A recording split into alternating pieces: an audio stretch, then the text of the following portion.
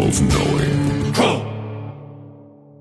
All right, man. Welcome to Crow 777 Radio. This is episode 257. Jason Lindgren is with me, and Clive DeCarl is back. We're going to talk about some things to open here that relate to happiness. So many people not happy right now. There could be physiological reasons for that. We'll find out from Clive. Anyhow, welcome, Jason. Good morning, Crow. How's it? Oh, fine raininess here, but just great. And you? We stepped into a real fall feel, but I suppose that deserves mentioning. They're reporting that the equinox will be on the 21st, which, of course, is not correct. The mid and upper U.S. will be the 25th, down in the deep south a day later. As has been proved previously, equinoxes are wholly dependent on where you exist, your geography, putting a kink in the model we're handed, and the idea that somehow they can report a day for the entire world, which is not correct. But if you don't have anything, let's jump in here.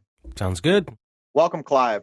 Thank you so much, Crow and Jason. Thank you so much. Great pleasure to be here again, and a great pleasure to be able to perhaps inspire people to become happier. Well, let's get into that. It's always good to shine a ray of sunshine in times like these, people losing hope. But the truth is, we need to go the opposite way, don't we? Well, absolutely. What I'm going to talk about is actually so important that the British government some time ago actually passed an act of parliament to stop the food industry abusing this product, because what they were afraid of was this product, if added to food, made people very, very happy. And obviously, as we know, that doesn't necessarily suit the agenda. So they passed the Tryptophan Act. Tryptophan is an amino acid, but it's not any old amino acid. It has two specific things about it. It is essential, which means you got to get it from food, and it's also indispensable, right? So it's an essential, indispensable part of you. Without it, nothing works properly. And I mean, when I say nothing, I mean it's the building blocks of your body. You know, it's in every hormone. I mean, we are, let's say, 2% minerals and vitamins and stuff, but we're about 70% amino acids. You know, really, we pay attention to minerals and stuff, but people don't necessarily pay attention to the amino acids. And they are so important, particularly with happiness, because tryptophan basically creates serotonin in the brain. And serotonin, as you know, is the hormone of happiness. It's triggered by dopamine. You know, dopamine is where we get the drive, the motivation, the will to do stuff, you know, that get up and go. And that's dopamine. And then at the end of the day, with a job well done, we're flooded with serotonin, which is happiness. So how many people are not happy and why? Well, I'll give you one good reason, which is, you know, you probably know that Bayer, Monsanto, have just lost the biggest court case ever, just massive payout. So, you know, interesting story there. But aside from that, their big product, glyphosate Roundup, depletes tryptophan. So the raw materials that should be building tryptophan in foods and so on really isn't there. And glyphosate kills what little there was left effectively, or deprives the plant as it's a herbicide of minerals. And that's how glyphosate works. So the issue is, how easy is it to replace, and is it safe to replace? And there are two safety issues that I want to stress. So anybody who hears what we're about to talk about, tryptophan, and wants to try it, if you have breast cancer, you cannot use it, right? Just one or two things you can't do. If you've got breast cancer, you cannot use tryptophan, which is unfortunate. And there are one or two other things which we'll discuss as we go through, if that's all right. Now, bear in mind that today, if you ate a nice orange produced commercially, that would probably be the equivalent of an orange that your grandmother ate not that long ago. The equivalent of 8 oranges that we're having now would be equivalent to one of grandma's. It's something like that. So tryptophan is something you want to take at night, because some people who maybe haven't slept well for 20 years, all their life, may find on night one, taking tryptophan before bed, they suddenly sleep properly. It can work that quickly. Now, why is it working? Well, part of it is its ability to reduce anxiety. Part of it is more serotonin. Another huge part is that serotonin changes to melatonin. Now, melatonin is the hormone of sleep. If you get up in the middle of the night and turn the light on, that switches off the melatonin. If you're in a room where there are lights coming through the curtains at night, you may find you're not producing melatonin because it keeps switching off. So tryptophan creates melatonin, which is one of the reasons why it's so good for sleep issues. But it's also good at the other end of the day for the motivation. Why are a lot of people unmotivated? Why are they just, lost in the sea of apathy? It's because of the glyphosate withdrawing their tryptophan. So, the famous tryptophan food example that's always given is Thanksgiving dinner, where everybody has, the stuffing and the turkey and the potatoes and all that. And they say, well, I go to sleep after a big meal like that. And people say, oh, well, it's the turkey because it's got the highest tryptophan of any food. But interestingly, while this is true, the carbohydrates are probably giving more tryptophan to the body than the turkey, which is the richest food in tryptophan. How could that possibly be? How it is that carbohydrates reduce all the amino acids in the body except tryptophan. So people get a rush of tryptophan, which makes them very sleepy, but that explains why people love carbohydrates, because they get tryptophan. Carbohydrates make you happy, because carbohydrates, it's not that they're full of tryptophan, but they reduce all the other amino acids, because that, carbohydrates aren't necessarily the best thing all the time. Depends. Everybody's different. But it explains why a lot of people are seeking carbohydrates and becoming maybe type 2 diabetic as a result, or putting on a lot more weight than they want to, or being addicted to wheat, for instance, which is a very addictive product. So a quarter of a teaspoonful of very inexpensive, proper, real tryptophan powder may suddenly sort out your sleep, make you lose weight, might ease pain. It will certainly help reduce some toxic load. It should make you happier. Now, the other warning is that if you're on an SSRI, tryptophan produces serotonin. So an SSRI, Prozac, that kind of family of drugs is a serotonin reuptake inhibitor. So if you took tryptophan while you were taking an SSRI, you could get an overdose of serotonin, which naturally created, there's no such thing as too much happiness. So you can't have a natural overdose of serotonin, but obviously with an SSRI, you could have a very, very nasty turn. Could even be fatal, I would imagine. So SSRIs, breast cancer, this is where you can't do it. But otherwise, the interesting thing is people notice it so quickly. And I think almost everybody is low on tryptophan. Just people don't think about it. People aren't aware about it.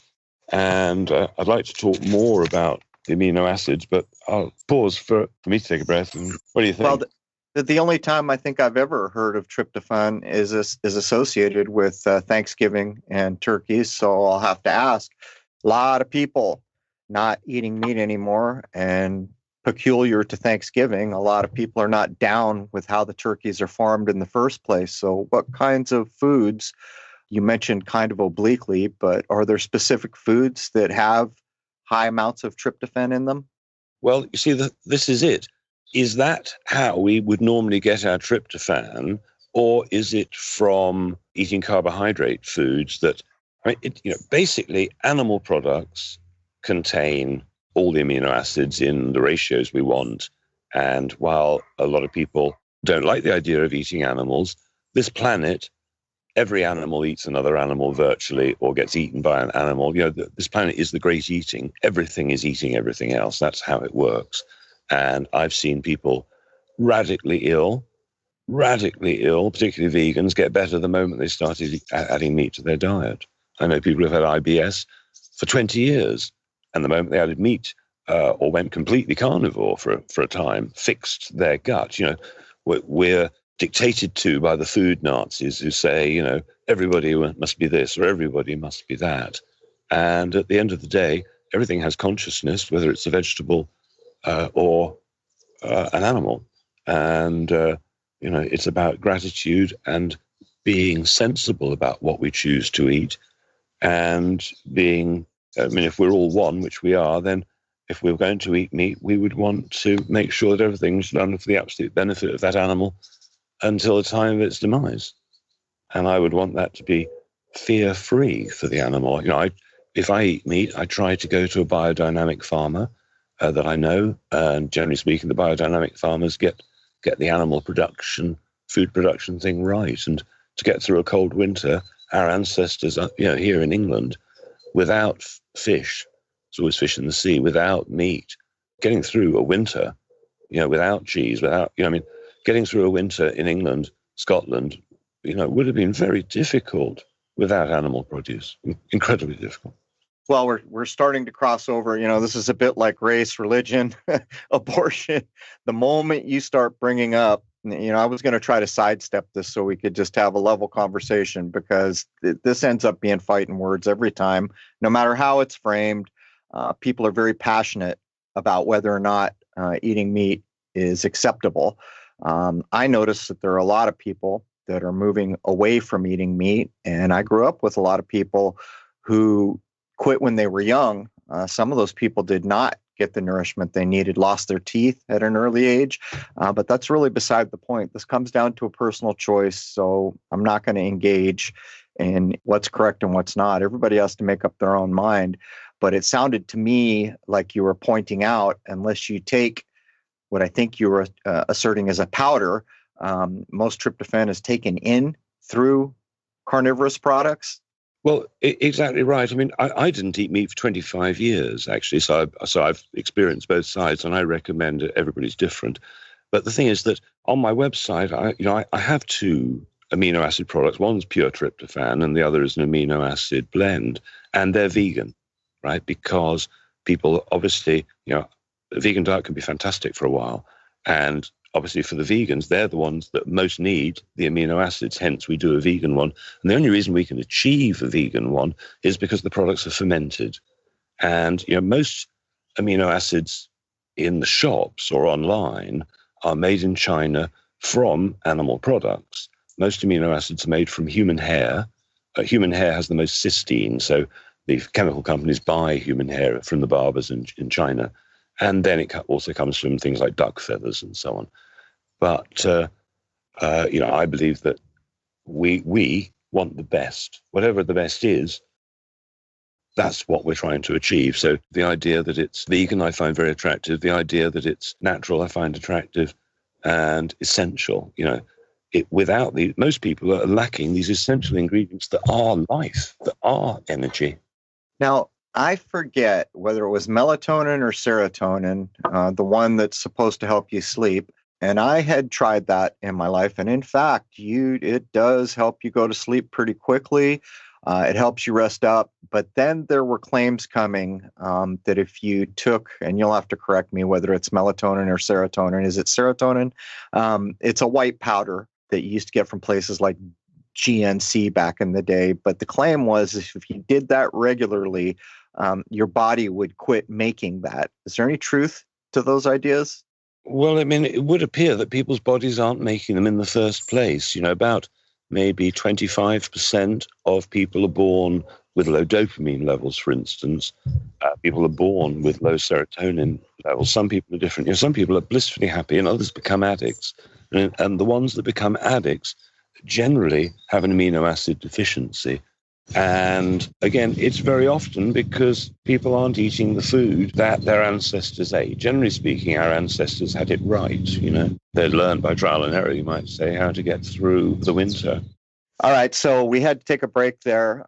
You could hear the birds behind Clive. He was out in the garden, and then a monster lawnmower seems to have started up, so we had to shift. But let's get back to it. It's always amazing to me when you find something that works immediately, and I think it's serotonin. Hope I have that right, for sleep at night. And the other thing is things like honey. How many people knew if you take a spoonful of raw honey, you will dream like there's no tomorrow? I mean, guaranteed. It's incredible. But to get back to the serotonin, and correct me if I'm wrong, if it's melatonin, I can't remember because I remember we had something to do with both at the time. Melatonin is for sleep, and then serotonin is what it turns into once the light starts hitting your eyes. There it is. So I guess I should be saying melatonin. But again, Clive, the claim was if you take melatonin regularly, that your body would quit producing it. Do you feel like that's a true claim? Well, I don't know. I actually, to just put it right, serotonin, which is what tryptophan creates, serotonin then becomes melatonin. So by taking the tryptophan, you become happier and you sleep more soundly. And there are some incredible things about melatonin. Now, the idea that you could have too much melatonin, assuming it's natural, is disproved by blind women. There was this extraordinary research done about blind women who just saw black, right? So they had no sight at all. Turned out these women, as far as I know, never got cancer because melatonin was never turned off because they never saw light. And therefore, they were flooded with melatonin 24 hours a day, which protected them against cancer. Wow. However, see, melatonin made in a lab may or may not be good. But I think I interviewed Dr. Walter Pierpaoli about 7 years ago, I think it was. And he's the Italian professor who's one of the experts on melatonin.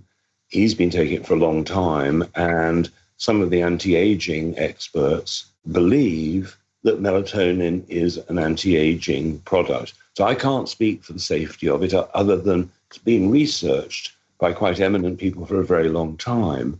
And, so I'm unaware that it could be dangerous. But as you say, I mean, that this sort of thing that your body might stop producing it, obviously it's clearly always a possibility because we are all so different. Just one thing about tryptophan and difference. Some of us are intolerant to folates, some types of B vitamins. And some people have the MTHFR gene SNP. So if somebody is over-methylated, then probably tryptophan won't agree with them. But for the under-methylated, sometimes it can be life-changing. And schizophrenics, manic depressives, many of the depressive types are undermethylated and probably missing zinc and one or two other things as well. So to be clear here, since I kind of messed up the conversation, serotonin is a white powder. Is that correct? It can come in white powder form. It's certainly the stuff I sell is a white powder, indeed. And it will break down in the body into melatonin and many other factors. It's indispensable. It's in every cell of the body. That must have been what we were doing back in the day because I could never keep track of the two. It's been so long, I've just forgotten. But it really does help you go to sleep more quickly and sleep more soundly. But let's get back to the tryptophan. So what form is the tryptophan that you can take? The one I recommend is vegan L-tryptophan, the L form, vegan L-tryptophan. Do you provide both of those things on your site? Yes. I provide the L-tryptophan and then the essential amino acid blends, which contains L-tryptophan. But see, there's an interesting thing about amino acids. A lot of people know about them from the whole bodybuilding sort of crew, the people who are interested in muscles and putting on muscle and going to the gym and so on. So in the old days, the muscle builders used to eat maybe 10 steaks for breakfast or whatever it was to get the protein, which then broke down into amino acids and peptides, which your body then rebuilt into protein again to build your muscles. So then they discovered that they could cut corners, so to speak. Instead of eating 10 steaks, they could just eat the amino acids. So amino acids got very famous because they're pretty much harmless, do a great job at building muscle, and the bodybuilders started making the formulas to make mega muscle. And almost all the amino acids you're going to find in the shops, where it says branch chain amino acids or whatever it is, almost all of them were designed and built for the muscle building industry. But most of us actually aren't muscle building exercise freaks. And the ratio of the one they're likely to sell in a store near you is really not what you or I actually need. And if you're elderly, what you need is to build up muscle. So many of my clients, my elderly clients, say, well, I just don't feel like eating. I just haven't got the appetite for it. So if you give them a quarter of a teaspoonful of amino acids, even though they're eating like a sparrow, they can still put on muscle and be happier, etc., sleep better. So the amino acids are super important. And obviously, the older we get, the less we're able to assimilate the amino acids out of the food that we eat. Just like when the older we get, the more difficult digestion becomes. So amino acids just overlooked. Most people know about vitamins, most people know about the minerals and so on, but how many people have ever considered amino acids, which makes up, 70% of our entire body? Well, I got to say, I've done things over my lifetime, and occasionally you get to a thing where it works and it works pretty quickly and you're all, wow, and you start looking at supplements differently. But the truth is all supplements are not created equal. But the last experience I had was with you, where I had a finger that was catching. They call it trigger finger. And the VA was trying to tell me, oh, you got to get cut. Only one way to do that. And they were also saying, by the way, only diabetic people mostly get that. And I'm not diabetic. So I was already doubtful about what I was being told. And you gave me some magnesium. And almost immediately, like within an hour, I saw improvement. And now I'm playing my mandolin again. My finger's not catching. It's amazing to understand that I didn't need surgery. I needed some damn magnesium. But to cap off before I get Jason in here, so if I've heard everything correctly, most tryptophan is going to come from meat products. There are a lot of people now who are not eating meat products, but the tryptophan that you provide is classified as vegan, so it would be fine for that portion of beings that are not eating meat, right? Right. It's derived from fermenting vegetables, non-GMO ones, I'd like to say. Yeah, it's ideal for vegans. People have no idea how healthy some of the fermented things are. I learned it when I was in Japan. The soy sauces, the miso, incredibly, incredibly important to our diets and slowly getting lost. Very few places making things at the same level they used to. But you want to get in on this, Jason? Well, let's talk about what you offer, Clive, and if somebody wanted to also supplement it with actual food items, what would they be consuming? From a food perspective, the answer always is what is local and seasonal around you, combined with, well, what did your ancestors eat traditionally? Because, I was speaking to somebody today from Chile, and she looked so weak, it looked like she was going to die. Really, 50 years old or something, looked awful, absolutely awful. And I asked her what she was eating, and she was a vegetarian. And I asked her, when did you last feel well, and what did your ancestors eat? And she immediately gives me the huge recipe of fish and meat and so on that her ancestors ate and what she grew up well on. And when she decided to change her diet, things began to go wrong. But at exactly the same time, she had a dentist, put metal fillings with mercury in her mouth. And I think a combination of nutrient deficiency and mercury poisoning was the cause of her weakness and distress, and probably fairly easily fixed. But I can tell you two stories that just happened this month regarding magnesium, which are really instructive. The first one was that this woman rings me up about a month ago, very distressed. She explains that she's had an agonizing life, and it sounded terrible. And she said, well, I'm suicidal. I can't do it anymore. Suicidal. So I suggested she took 2 magnesium capsules, just like you did, every 2 hours. And she rings me up 2 days later, having taken 12 magnesium capsules in divided doses for 2 days. And she said, good news, no longer suicidal. It's amazing. It's amazing how quickly it worked on something like a physical malady, and it doesn't surprise me to hear that. But I will mention, I think it bears mentioning, my wife and I do the magnesium when we do vitamin C. We do a few other things like the iodine and the fulvic minerals, but the vitamin C and the magnesium, if you don't find your balance, it can put you in the bathroom, sitting down in the bathroom. And, from my point of view, you don't want to be doing that for very long. So you need to find the balance. You need to understand that if you find yourself with diarrhea and you've been doing that, that could be the cause. So, because at first I had to find my balance point. Once you do, it's fine. But I don't know if you agree with me. I don't think having that happen for a week, you're washing a lot of good things out of your body, probably, right? Well, a lot of health specialists and doctors have very, very divided opinions on what is a good idea. Now, pretty much everybody feels that a good clear out, let's say once or twice, at the beginning is a very good thing. And the most dramatic one I ever had was this woman who found a small piece of yellow Lego that came out, and she reckoned she'd had it in her bowels for 25 years at least, because she was 28 and would have remembered swallowing a piece of yellow Lego if it was after 3 years old.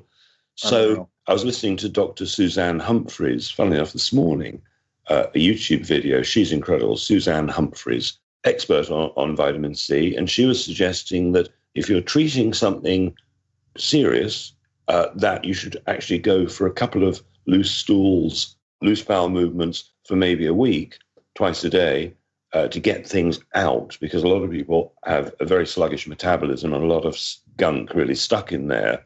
But you see, the first, maybe you've heard the story before, but the first time I ever saw terminal cancer reversed was at the advice of Linus Pauling, who advised my friend to take 35 grams of vitamin C every day. And instead of dying from cancer, as they were told they were going to, the vitamin C kept them alive for another 20 years. So vitamin C is one of these ultimate answers to energy, pain management, inflammation, almost everything. I mean, it's along with vitamin D, from sunshine, it's absolutely critical, and pretty much everybody's low on it because of modern farming practices. Pretty much everybody's low. Well, that's the whole principle behind, or one of the main principles behind the Gerson method, which has cured so many people of serious cancers. And I don't want to be rude, but the thing that's referred to when you clean out, as you said, all the gunk in you, it's a liver dump. And if you've done the process, you can tell. And it is pretty astonishing when you've lived most of your life never having cleaned out in that way, what comes out of you at first. But the thing is, you feel like you're 16 again when you get a good liver clean out, which is how they describe it. I don't know if that's really the right. Seems reasonable. It feels like that when you do it. And so the whole basis of the Gerson method is getting every cell the nutrients. Of course, they're using vegetable matter to do that. But the process that follows that is cleaning all the toxins that are built up. And Jason, do you remember who was it? Was it must have been Franco Lena who informed us that you're picking up, what was it? Do you remember? It was a kilo every 10 years. A kilo of toxins in your body every 10 years. And I buy that, man. When I did the clean out, it was astonishing. All of a sudden, you just feel younger, and it's like almost immediate. But it's a lot of work to live in that way. But I guess if you're dying of cancer, you're not too worried about the work. But I wanted to point out that the Gerson method backs exactly what you're saying about flushing all that kind of gunk out of you. There are other ways that you can keep yourself very clean. I mean, the two ways that I use on my own body are vitamin C. It's one of the few things I do every day, and fulvic minerals. Fulvic minerals are the antidote to glyphosate, right? The antidote. There are a few antidotes out there. There's the very, very famous medical doctor, Dr. Zach Bush, who is fantastic. If anybody hasn't discovered him, he's great. And he has a product called Restore, which is a little bit similar to fulvic minerals, but not nearly as good. It's extracted from the anardite. It's like a bit like coal. And it doesn't have fulvic minerals in it. It's a fantastic mineral supplement which neutralizes glyphosate, but it costs about, $100 for a month's supply or something. The fulvic minerals that I have are about $45 for 4 months supply. Whole different ballgame. And it's incredibly cheap, And they work, by the way, Clive. I've told the story. My wife got one of those little white, it's not a cyst. I don't know. It's not a sty. I don't know what you call it. It's right on where your eyelashes are. And it was there for years. And we were getting ready to go in to see what could be done about it. And we got your fulvic minerals, 4 days. That thing was gone in 4 days. And I was like, damn, real deal here. Well, it's such an interesting material. And the reason it's so interesting is that the deposit where it comes from is, they reckon, somewhere between 30 and 40 million years old. And at that time, supposedly, things were a lot larger, and supposedly, according to the DNA records, there were 4 times the amount of fauna and flora that there are now. Anyway, there's nothing quite like these ancient deposits. A lot of people say, well, I've tried mineral deposits. I've tried the Utah deposit, which is just magnesium and not much else. They've tried other fulvic mineral deposits, but very few are of the level of the one that I've been using for the last 12 years. It is absolutely exceptional, and it's a tenth of the price of almost everybody else's, because it's the unfortunate truth that a lot of people out there are in it for the money and not in it necessarily for people's well-being. And making money and having people's well-being is not mutually exclusive, but obviously there's a lot of greed out there, and a lot of the health industry has been taken over by the pharmaceutical industry. So people say, oh, I tried magnesium or I tried vitamin C and it didn't work. That's because they didn't try a real product or the right amount of the product, which is one of their other tricks. Well, I notice even your email, they try to censor your email to me all the time. And I have to go say, nope, this is not spam. Some time will go by and then you'll send me something right into spam. It goes, and I play this game over and over. This has been going on for months. So I'll get one in spam, then I'll get a number not in spam, then right back to spam, and we play this game over and over, and it makes no sense. As a matter of fact, one of the newsletter type things that you sent me was marked as likely dangerous. So I played that game. This is not dangerous. But it goes on and on, what's going on in our world. And these things, some of these things, they work quickly, they're safe. I don't know, I guess we'd call them supplements, right, Clive? That would be the proper term? Yes, so food supplements, one has to call them. They have to be food, and you can't make a claim. Legally, I can't say anything about any of them. Anything that I say that sounds like a claim isn't. It's just fiction. I'm just making it up, because they can inject children with an untested vaccine containing all sorts of poisons. Yet, if I say one good thing about vitamin C, they can take me to court. It's just absolutely incredible. I notice when we use the vitamin C, like if I've actually skipped a day, you get energy almost immediately from that once you find your balance. But Jason, I don't think you got in very much here. Vitamin C, I guess we can't say anything in relation to, how shall we word it? Current situations? Well, I'm sure I don't know what you're referring to. And yes, of course, there are three wonderful things. There is the vitamin C, sunshine, i.e. vitamin D in winter, and zinc. Now, some people who are eating zinc-rich foods, sunflower seeds, pumpkin seeds, eggs, some animal products, various vegetables are rich in zinc if they had zinc in the soil in the first place.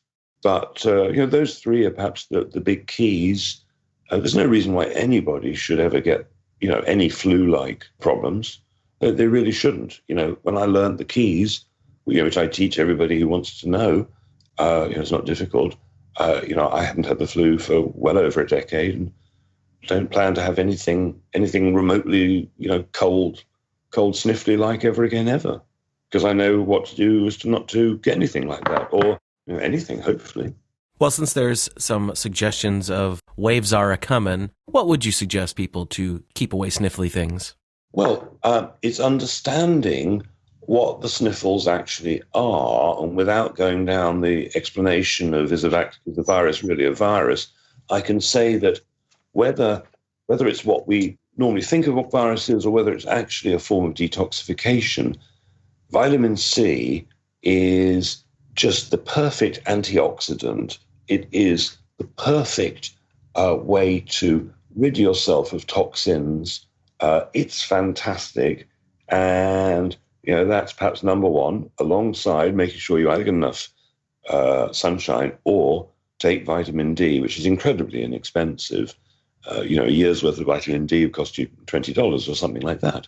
But you might need to take a lot. Some people reckon that about 8,000 IUs of vitamin D is what the average person needs in winter if they're not getting much sunshine.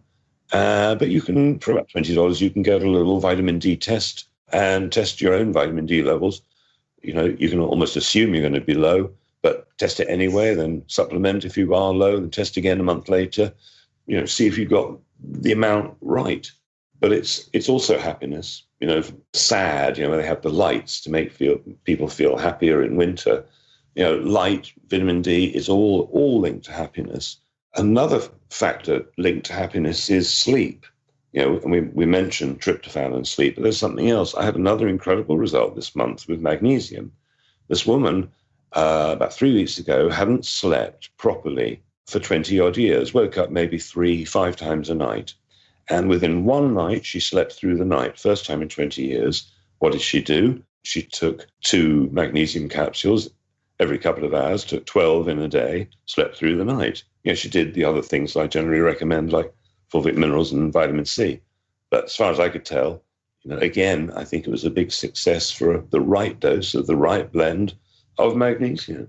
Yeah, so much of what we're talking about comes down to the underscoring issue here, which is most of the foods we get have been industrialized, corporatized, and they just simply do not have the nourishment in them. I never really thought about this until I think it was my grandmother. We were in a store and she wouldn't buy the tomatoes because she said they taste like water. My grandmother had a garden, and an organic garden in her backyard her entire life. And it took a while for me to realize what she was saying all that time back then, but it's true. When you go into your average supermarket now and you get the produce, there's very little flavor in a lot of it. And a lot of it is picked way too soon so that it can be induced to ripen with gas and other methods, or simply the time it takes to ship it. And this is really underscored in what we see with organic bananas and non-organic bananas. We found a decent place for organic bananas around here. And I tell you, a banana lasting 2 weeks, that's unheard of. But some of these organic bananas don't go brown. And even when they're starting to be beyond where I want to eat them, they're not browning out in the same way all these other things. But occasionally we find apple season is here. We go to where they're growing the apples, so much more flavor in them. The truth is our food supply has been depleted for most of us. Isn't that really the underlying problem to all this? Well, one of the banana signs is that as a banana ripens, it should go brown from where it's connected to the plant. But if you see a bunch of bananas that's yellow, but the stalk part is still green, that one has been ripened artificially with gas. Huh. That's a good thing to know. So, yeah, I mean, it's such a shame that food has been destroyed. 100 years ago, the American government said there wasn't enough nutrients in the soil, 100 years ago. So there's nothing new about this. And, it's regrettable, but either one's got to forage. I'm out collecting any wild food I can find. I'm eating delicious wild plums at the moment. If you're lucky enough to have such a thing left in your environment, or supplementation, really, or grow old varieties. I mean, I think the most valuable thing you could do right now is to get old varieties of seeds and start planting them and grow your own stuff, stuff that used to only have half the harvest, half the yield, but tasted fantastic.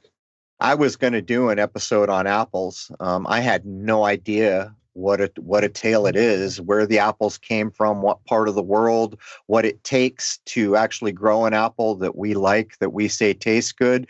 But more than that, at the turn of the 1800s, the claim on how many what they call heirloom varieties of apples was in this country, and it's just been decimated. It's a small fraction of what it once was, to the point where there are a number of growers that I'm aware of in the South trying to keep alive the heirloom apples. And you know what they say, an apple a day. By the way, apples, carrots, pretty basic things in a store.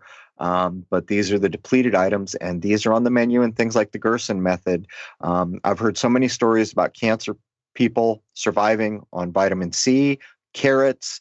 There's a few of these things, and these things play into the Gerson method. And so it's no wonder why they've been depleted, to the point where when you go to a store, quite often the mega stores, they'll have one variety of apple, maybe two. It's crazy. There were literally thousands of heirloom varieties of apples. And by the way, if you take an apple seed and you plant it, the apple you get it is very rare when you pick the fruit that eventually gets there and you think, oh, that's a good apple. So apparently, when you're trying to get to an acceptable apple that people will say, that's good, I want to eat it, it's not an easy thing to achieve. And we've literally lost thousands and thousands of heirloom varieties. But they're not totally lost, and one can graft. A lot of grafting can go on to get a lot of different varieties on one tree. It just comes down to people growing them because, of course, many of the trees will be growing somewhere. There are people who took seed, although that's another problem. Monsanto and other companies were making runs at all the heirloom seed companies, buying them up and claiming they were genetically modified. So that went on for some period of time too. But yeah, if there's trees growing, I think of avocados. Like where I come from, San Diego, avocados is big business. And it got to the point where there was pretty much one kind, Hass. Go look up online the story of the Hass avocado. It's claimed that a postman accidentally came across the variety in his yard and that every other Hass was generated from that famous Hass tree in a retired postal worker's yard. And again, that's another story. In San Diego, there used to be Calavo, Fuerte, all these different varieties of avocado, but the Hass was so loved, it dominated the market. But here's another thing, though. You got to wonder where we're going to be in 10 years because Jason and I have a common friend up in the, not quite the Great White North, still in this country. And his young ones are actually getting farming courses in their school, in grade school. And one of them might be junior high, not sure, but at a young age, they've actually reintroduced farming classes. And I was happy to hear it. Yeah, that's brilliant. I mean, about time. And one of the great answers for seeds are the seed libraries. There are people who've started seed libraries around the world where you rent out the seeds, right? Just like a library book. And then at the end of the season, you harvest the seeds and send them back to the library. Mm. It's free. Do you know the real story of Johnny Appleseed? He was actually planting the apples because he realized that cider was going to be really popular as people went west. Why is that? Yeah, tell the story. It actually is an interesting story, and people have very little knowledge of why cider was big because of the temperance movement. Well, not being from the States, I only know a tiny bit of the story, but my understanding is school children are taught that Johnny Appleseed was this wonderful hero because thinking ahead, he knew people would love to eat apples, and he planted apples in advance of the settlers so he could make money and they would have lovely apples to eat. But in actual fact, he realized they'd want a lot of alcohol, and it was cheapest, quickest way to do it. But there's a temperance thing as well, isn't there? Well, that's the thing. Apparently, I forget because there was a big coverage where they said Johnny Appleseed wasn't the guy you thought he was, but there was apparently actually a guy doing what is attributed to Johnny Appleseed. But then the whole tail end of that story was there was a temperance movement where alcohol was evil and cider was a very easy way for people to get an alcoholic beverage. So apparently the Johnny Appleseed story is tied to that. I've forgotten. I'm sure someone could look it up. But apparently there was supposedly an individual who played the role of planting a hell of a lot of apples, which, that's a bit of a misnomer to me too, because knowing the tale that I just told where you can plant 1,000 apple seeds, and if you get one cultivar where everyone likes the apple and calls it good, yeah, we'd like to eat these. But then again, when you're making cider, I think the constraints are different. But I'm just not sure at this point. I'd have to go back. But we'll pick another kind of middle of the road topic to close out, so we can get back to hour 2 and address some more pressing things that won't fly out in the general public anymore because Caesar owns all the social media. I could talk a little more actually about vitamin C and amino acids because there's so much more that I think people are going to want to know. Let's just talk a bit more about amino acids. Why do wrinkles happen? Things like vitamin C and amino acid deficiency. Why do people have skin problems? Well, same again, plus iodine deficiency. Why do people have problems with their fingernails? Nail strength. Well, amino acids play a huge part of it. Arthritis, just feeling tired. Our bodies are made up of the amino acids. You want to take them on an empty stomach, right? On an empty stomach. Works better that way with water. And all your neurotransmitters are built of it. Think of all those people who've got neurological issues, Parkinson's, MS, whatever it might be. Your neurotransmitters are built from amino acids, as are your hormones. I'm making a bit of a meal of it, as are your bones. All of us, every part of us, the army playing helicopters, it's massive. And with things like vitamin C, you can notice, well, let me give an example. Mothers who are giving birth, if they have the right amount of vitamin C, which they've taken before birth and during the birth, they have something like 9 times less tearing at birth. Babies with enough vitamin C do not get jaundice. The reversal of jaundice is not bilirubin, it is, and not light, it is vitamin C. The doctors don't know this. Sinus problems, headaches, vitamin C can be the answer, or the deficiency of being the cause. You get a sore throat, gargle with vitamin C. There are a couple of different types. There's sodium ascorbate, which is the type that, let's say that you had a gum issue, you had a gum infection. Well, you could swish around sodium ascorbate in the mouth and hold it there, and the vitamin C would be good to literally physically mend your gums and right there and then. But that's the sodium ascorbate. You wouldn't want to use the other version, which is ascorbic acid, because that would be too acidic on your teeth. Whereas there are other cases where the ascorbic acid is the better.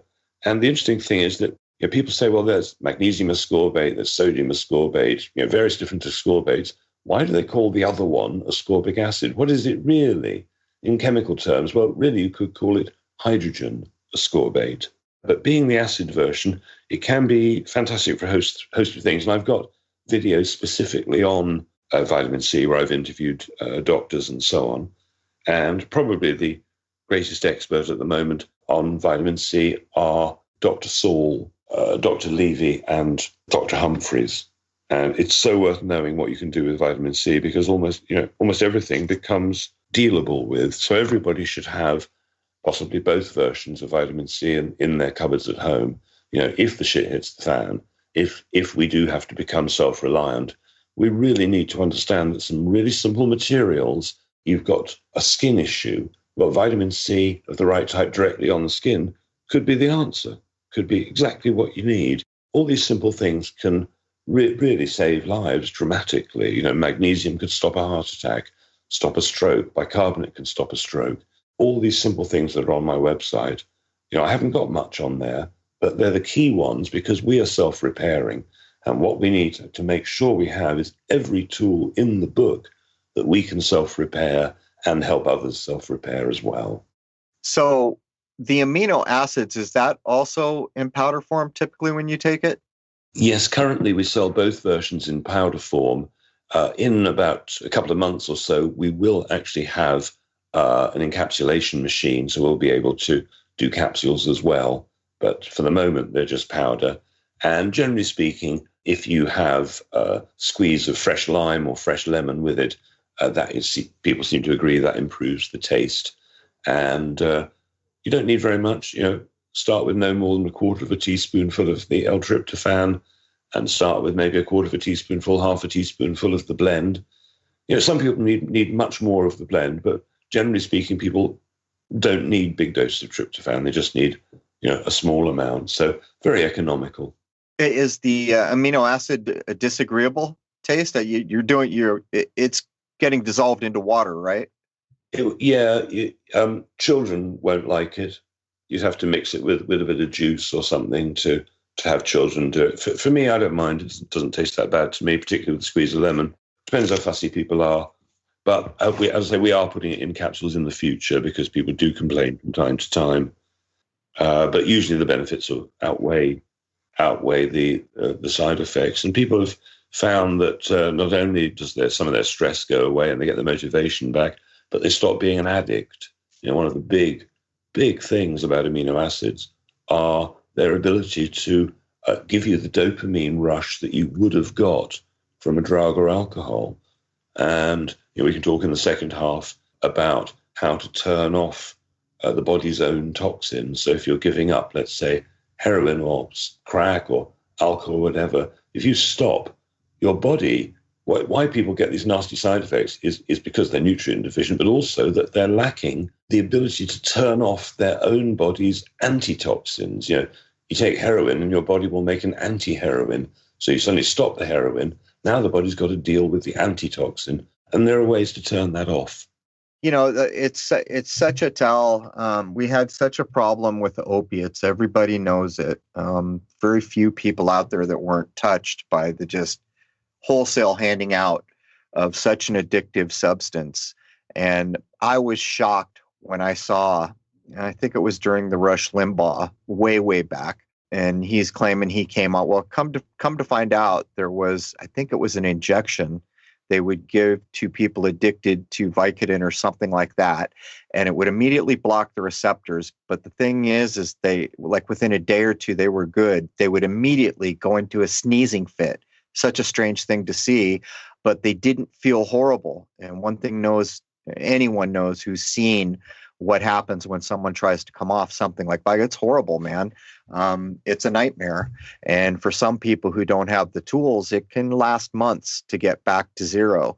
And even then you're feeling a little sluggish. And here all along, they had these injections and other things they could give you, which put you as close to dead to rights as you could be after being addicted to something like that. But it goes to show you what's going on in this world.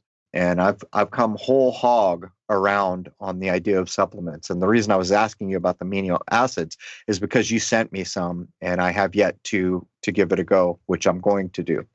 Well, it'd be very interesting to see what you notice. See how quickly you notice anything. And I try and give some to anybody who's staying with you or whatever. So your idea is that you start with a quarter teaspoon. Is that what you said? Yes, or you could go straight to half a teaspoonful if you're fitting well. Some people go up to 5 teaspoonfuls or even maybe 10 teaspoonfuls. My friend finds just 1/4 teaspoonful and she's got energy all day. So start with a small amount, see if you notice, and you might want to watch my video on amino acids if you want to know more. Unfortunately, we can't put any details on the website about it because you're not allowed to give anybody advice. Crazy. All right. Well, we're going to wrap up hour 1 here, Clive, so we can get into hour 2 and actually speak freely, because it's such a kind of dicey thing. I know they're breathing down your neck all the time, even in just the email I see from you. But Jason, anything you want to get in before I wrap up? Well, God forbid that we tell anybody to eat healthy and take nutrition as medical advice, but we're not giving you medical advice. You know, and I'll say one thing as I wrap up here, because I know, I'm almost certain, and I hope it's not true, there's going to be a fight about whether you should eat meat or not. There's a lot of spiritual things that point to it being good not to, but the truth is, when I look at these things, I may know what the spiritual truth is likely, but I've seen enough people who came from backgrounds where their ancestors ate meat and they did not fare well. I mean, I literally had people I grew up with lose all their teeth because they weren't getting the nutrients. And then I see other people that are really into the food and they're completely vegan, but they make such a wide variety of different foods and they seem to be okay. So let's just suffice it to say, this is a personal choice, and it doesn't need to be the whole race card, abortion, religion, politics argument.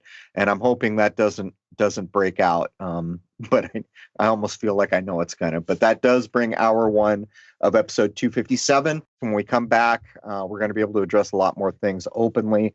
Join us over at crow777radio.com. That's CRROW777radio.com. That's the only real site.